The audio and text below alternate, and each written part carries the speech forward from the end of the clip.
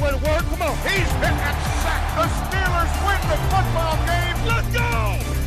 Come get it. You know what it is. This one is in the history books. Here we go. Welcome to the 84 Lumber Mike Tomlin Show. Hi, everybody, and welcome to the 84 Lumber Mike Tomlin Show. I'm Missy Matthews. The calendar has flipped to November, and the Steelers are looking to turn the page on their 2022 season by finishing strong in the second half. They currently sit at 2-6 and in last place in the AFC North. Players and coaches used their time off at the bye week in a variety of ways, and to find out how Coach Tomlin used his, let's check in with Bob Pompeani and Coach. Guys.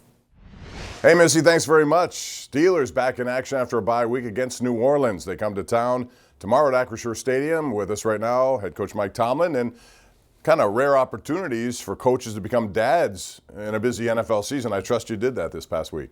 I did, and I tell you, by virtue of the schedule, it was made pretty easy for me.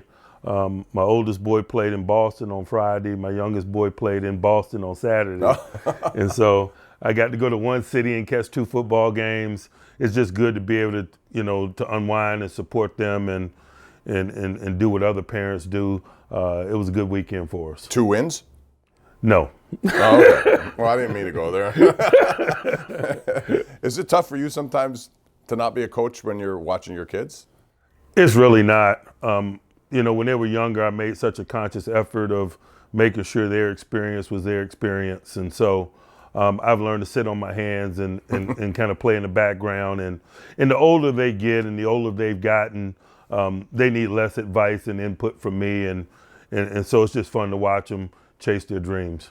Well, the Steelers get back to business. As I said this week, you got New Orleans coming to town. But let me ask you about a bye week. What are your typical goals when you go through a bye week?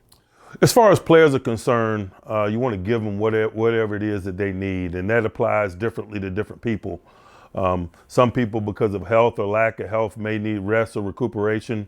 Some people, because they're veterans, might need time off. Some people might need additional reps because they're very much in development. And so we always want to create an atmosphere where we give each particular player whatever it is that they need from a participation standpoint. From a coach's perspective, it's about analyzing and self-scouting and breaking down some of the schematic things that we're doing. Not only the schematic component of what it is that we're doing, but how we divvy up the labor. Are we best highlighting the positive skill sets of the individuals and working to minimize some negative components of play? And so that's generally the framework of it. And you start in that spirit, and generally it goes one way or another based on kind of the things that you discover through the process. You mentioned health. You're going to get some good news this week with DeMonte KZ, who made a pretty quick recovery, it looks like. Tell us about what we know with TJ Wattenberry. What about KZ? He was a guy in the preseason who looked to really make a difference. In today's offensive specialization and defensive specialization to match another viable veteran secondary guy at the safety position is very useful and helpful to us. He's versatile. He can play in the deep post. He can also play down. He was a really good contributor at the early stages of team development, and so we're excited to see what he can bring, particularly in some situational components of play. You guys made a trade, Chase Claypool, last week. I haven't had a chance to ask you about who is going to benefit from that time, an opportunity for someone to move up or get more playing time. We feel really comfortable with our depth at the position. Guys like Miles Boykins has had a hat on every week and had spotty opportunities to contribute on offense. Miles has been one of the core special teams players, but when given an opportunity, he's been really consistent as an offensive performer. So we're excited about maybe him getting an opportunity to elevate. And Steven Sims has been a dual return man / receiver, and so it's an opportunity for him to elevate.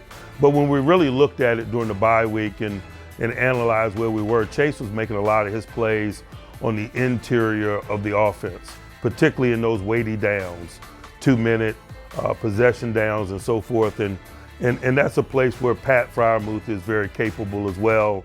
And so I'd be remiss if I didn't mention Pat as a guy to absorb some of the responsibility from a playmaking perspective that Chase has made through the front half of the season. You had a chance to maybe assess a little bit of Kenny Pickett, 4 games as a starter. What's your takeaway after, rookie quarterback coming into this league, which is not an easy thing to do? I like the intangible qualities that he's displayed. I like the leadership, the communication skills. He's highly competitive. He plays to win as opposed to playing not to lose. All of those things are positive. Obviously, we got to take care of the ball better. He's got to take care of the ball better. Sometimes circumstances has been a component of that, but we all know we don't grade on a curve in this thing. And so the more experience he gets, it's reasonable to expect him to manage that even in challenging circumstances or game-like situations. And so that's our mindset as we move forward. You're in a situation where you maybe give him more on his plate after 4 games? I think that's a reasonable discussion each and every week. As he gains more experience and gains the knowledge of what it is we're doing and his place in it, that he absorbs more of a control in terms of input and what he likes, and the playlist be reflective of that. All right, thanks, Coach. When we come back, we'll talk about the next opponents. New Orleans comes to town. The Saints lost on Monday night to the Ravens. They will be here tomorrow. We'll talk about New Orleans and what they bring to the table. That's coming up a little bit later. Missy, right back over to you. Yeah, thanks, Bob. And it's a chance for the Steelers to get back on track. They've started 6 seasons at 2-6 in 2 times, including once under Coach Tomlin, finished the season with a .500 record. So what will the recipe for success be against the Saints on Sunday? A scouting report on New Orleans is coming your way right after this. You excited to finally get back out there? Yes, I am very excited. It's just been a long time coming. Just feel very, very good about the week that I had, and excited to play, excited to be back at Acrisure Stadium and get the fans involved.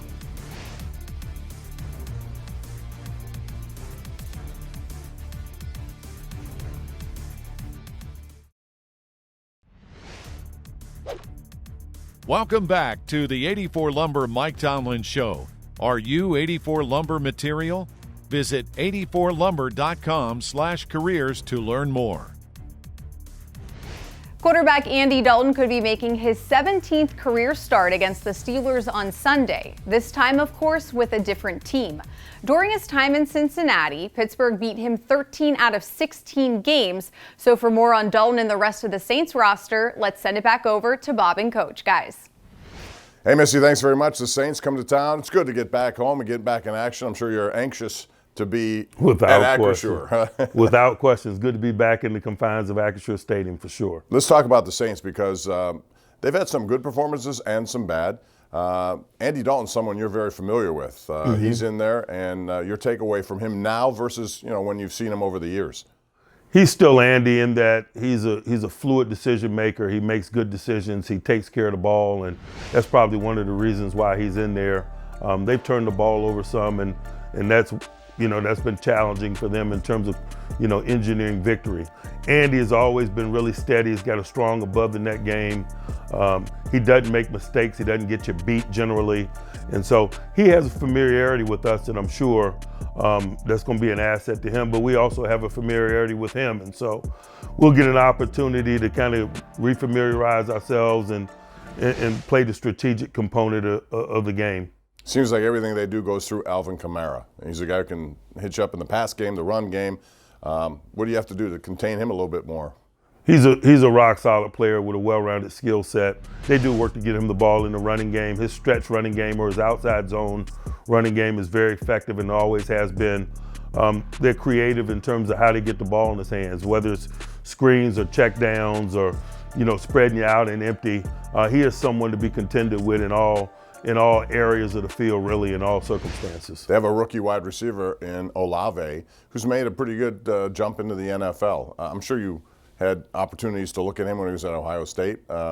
What is it about him that makes him ready for this game and being a contributor this early in his career? He has maturity beyond his years. I remember there being a discussion about whether he would come out even a year prior to him coming out. He made the decision to go back and gain an extra year of seasoning in college, and I think that's being reflected in his play. He's a rookie, but he's showing wisdom and poise beyond that of a rookie. He's been a consistent playmaker for him. some of that's been born out of opportunity with, Mike Thomas going down for the year and Jarvis Landry, who they acquired in the offseason, missing a significant amount of time. But oftentimes that's the story. A guy gets an opportunity because of the misfortunes of someone else, and it's important what he does with it. And Olave has done an awesome job of running with that opportunity. Their defense gets after the quarterback. They have a couple of guys with 5 and 6 sacks respectively, and they also have the Honey Badger at the other end of it. He has 2 picks. It's their only 2 picks this season. Still a dangerous guy back there lurking in the secondary. Man, Honey Badger is a really good football player. Has always been versatile. Versatility has always been his calling card, and you see it even on their tape, even though he's new to him. You'll see him at safety in deep defense. You'll see him down in the box as a down safety. You'll see him playing some nickel some. He's always been a top quality blitzer. He's just a really good football player, and you see why they acquired him. You got guys like Cam Jordan, who's been around. You know his game. Other guys who are contributing in the tackle department. Their defense, what makes them good? What makes them, when they shut out the Raiders, they look to be completely covering just about everybody on a very explosive Raiders team. Yeah, Dennis Allen's background is as a defensive coach, and specifically in the secondary. And so you see them do some really challenging things schematically in the secondary. They're always going to give you a nice mix of things in the secondary in terms of volume. They're going to mix up techniques. The corners always do a rock-solid job, and in terms of man-to-man coverage, I'd be remiss if we didn't talk about Lattimore. He's a quality player, although he's missed some time, and they've had some guys at corner. Bradley Roby missed some time due to injury, but when healthy, they have a deep and talented corner group that's capable of playing a lot of top-quality bump man-to-man. So you mentioned Dennis Allen, part of the Sean Payton coaching staff. Sean's not there. Is there a difference in how they do business, or is it sort of a carryover of what Sean was there? There's certainly some differences. I think that we're all still discovering specifically what they are. Sean is a unique individual, and particularly what he brings to the offensive play calling perspective of the game. His uniqueness is always evident, and so there's definitively some differences there. And I'm also seeing some evolution and some differences on defense as well. Quarterback mobility is changing the way that we all play defense, and particularly some of the 4-3 teams. And I'm seeing them as a traditional 4-3 group play with their end men on the line of scrimmage in a 2-point and standing up. I'm seeing Cam Jordan, for example, stand up much more than I've ever seen Cam Jordan. And that probably just speaks to quarterback mobility and some of the schematics that comes with it in today's game. All right, coming up, it's the Saints and the Steelers tomorrow. That's a big game as the Steelers begin the second half of their season. When we come back, we're going to hear the keys of the game by head coach Mike Tomlin. Missy, let's go back to you. Thanks so much, Bob. Unfortunately for the Steelers, kicker Chris Boswell is still dealing with a groin injury that he suffered prior to the Eagles game. Earlier this week, the team signed Matthew Wright to their 53-man roster off of Kansas City's practice squad. Wright spent time with Pittsburgh in 2019 and 2020. On Thursday, the Steelers placed Boswell on the injured reserved list. Now it's time for the Inch Chat trivia question. Who has more career rushing touchdowns, Terry Bradshaw or Willie Parker? Find out the answer after the break.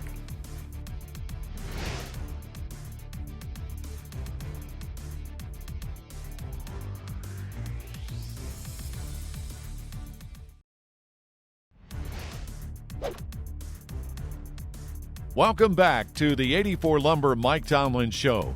Are you 84 Lumber material? Visit 84lumber.com/careers to learn more.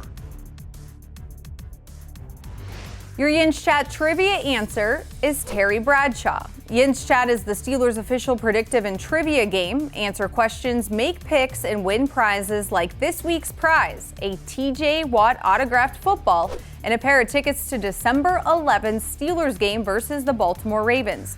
Play Yinch Chat exclusively on the Steelers' official mobile app. This weekend, the 4-man class of 2022 will be inducted into the Steelers Hall of Honor. They'll be joining a long list of team legends who were celebrated inside the Steelers' brand new Hall of Honor museum. And for a closer look inside it, here's part of the latest episode of The Standard. As the Steelers celebrate their annual Hall of Honor weekend, they do so this year with a new addition to Acrisure Stadium. After years of planning and months of execution, the Steelers Hall of Honor Museum is now open. When we designed the space over here on this side of the stadium to build our new pro shop, we created the opportunity to have this space above the pro shop, and then hiring the architects and the team. It's been a few years in the making in terms of the planning of it.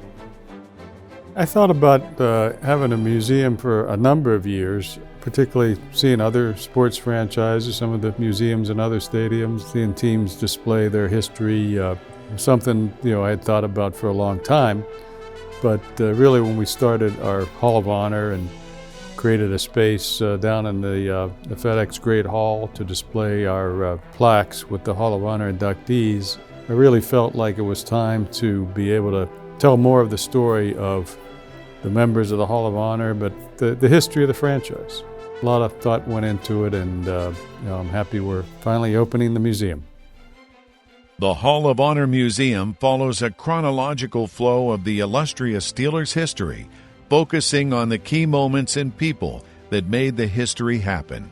One of the integral parts of the museum is the Hall of Honor. All of the steel footballs and plaques that used to be seen in the FedEx Great Hall now live in the Hall of Honor Museum.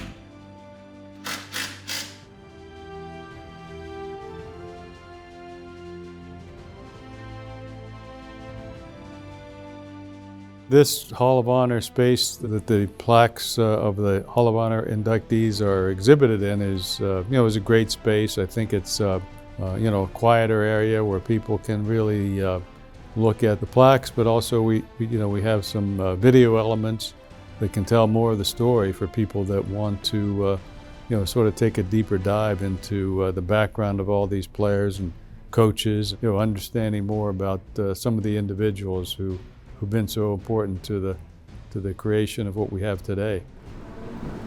What are you looking at? One of those important individuals was in town recently and was the first former player to lay eyes on the almost complete museum.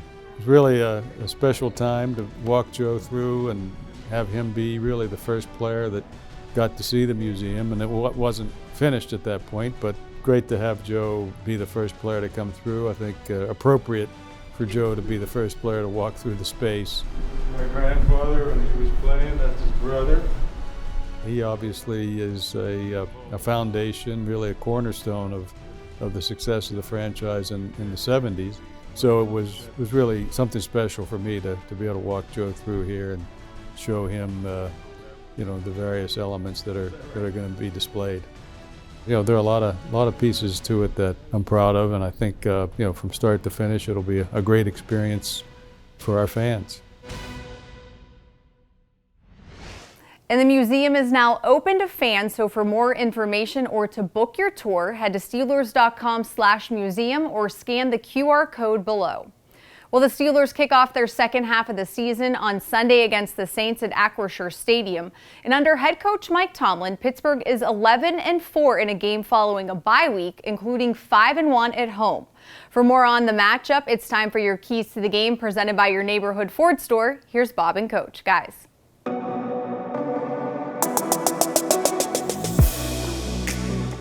Thanks, Missy, very much. It's the Steelers and the Saints at Acrisure Stadium. And before we get into that, Coach, you often talk about bye weeks. Not only do you stuff with your family, but you take a time to look around the league. Last year it was a lot of quarterback mobility. That struck you as a trend. Any other trends popping up right now for you? It's interesting you say that because oftentimes one trend is born to counteract or to combat another trend. And we were talking about quarterback mobility and design quarterback run game a year ago, particularly situationally, possession downs, red zone, and things of that nature. People's willingness to use quarterback athleticism in an effort to extend drives or pursue points. And really this year it's obvious that you see from a defensive perspective the appropriate response to that. You're seeing defenses taking more calculated risk in those circumstances, being willing to go zero, taking the free safety out of the middle of the field and going all out blitz on possession downs and in the red zone. And to be quite honest with you, it's probably a direct result of quarterback mobility and the offense's willingness to use all 11 to engage, and now the defense, is willing to use all 11 to engage. And boy, it's really trending in that direction from a global perspective. And to be honest, I'm not really surprised by it. It's probably the appropriate response to combat offense's willingness to utilize the quarterback in that way. All right, the key offensively for you tomorrow is what? To start fast. You know, we can't warm up to it. We can't waste possessions, and particularly possession downs, getting a sense of the in-stadium flow or getting acclimated to New Orleans and their attack, or us just being back in the action. I just think how we start, the speed in which we start, we can't warm up to it because all the possessions are going to be really important. You'll be looking to increase pressure in the backfield. You got a quarterback who's not necessarily as mobile as some of these young guys. Is that an asset for you if you go after him? You know, I think really it has a lot to do with Taysom Hill and how much they plan on utilizing him and our ability to minimize him, because what he does is absorb offensive snaps. And so if you minimize his impact on the game or their ability to utilize him, then that gives you more exposure to the traditional quarterback and more opportunities to rush in a traditional sense. And so, you know, his success and usage is a big component of some of those other discussions, particularly if you're talking about getting after the quarterback in a traditional way. DeMonte Casey, we talked about him earlier. What kind of versatility does he give you, and how does that affect schematically what you do? Well, guys like Taysom Hill, they get in these multiple tight end sets, and oftentimes he could play quarterback, he could play tight end. They can attack you vertically, they can attack you on the perimeter. It creates a real good opportunity for three safety defenses to have those 205 to 210-pound guys that can run, that can play in space, that can blitz, that can tackle. And so there's a nice space for a guy like him, a big nickel package or a three safety package. We explored it some in team development, and in a week like this is a prime opportunity for a guy like him to have an impact. Coach, thanks very much. Best of luck tomorrow. Thank you. All right. Steelers, Saints. Steelers looking to begin the second half with a win at home at Acrisure. Thanks for joining us today. We will be on after the game with postgame, and then we wrap it all up with the #1 Cochran Sports Showdown at 11:35. For Missy Matthews and head coach Mike Tomlin, I'm Bob Pompeani. Have a great Steelers weekend, everyone, and we'll see you at Acrisure.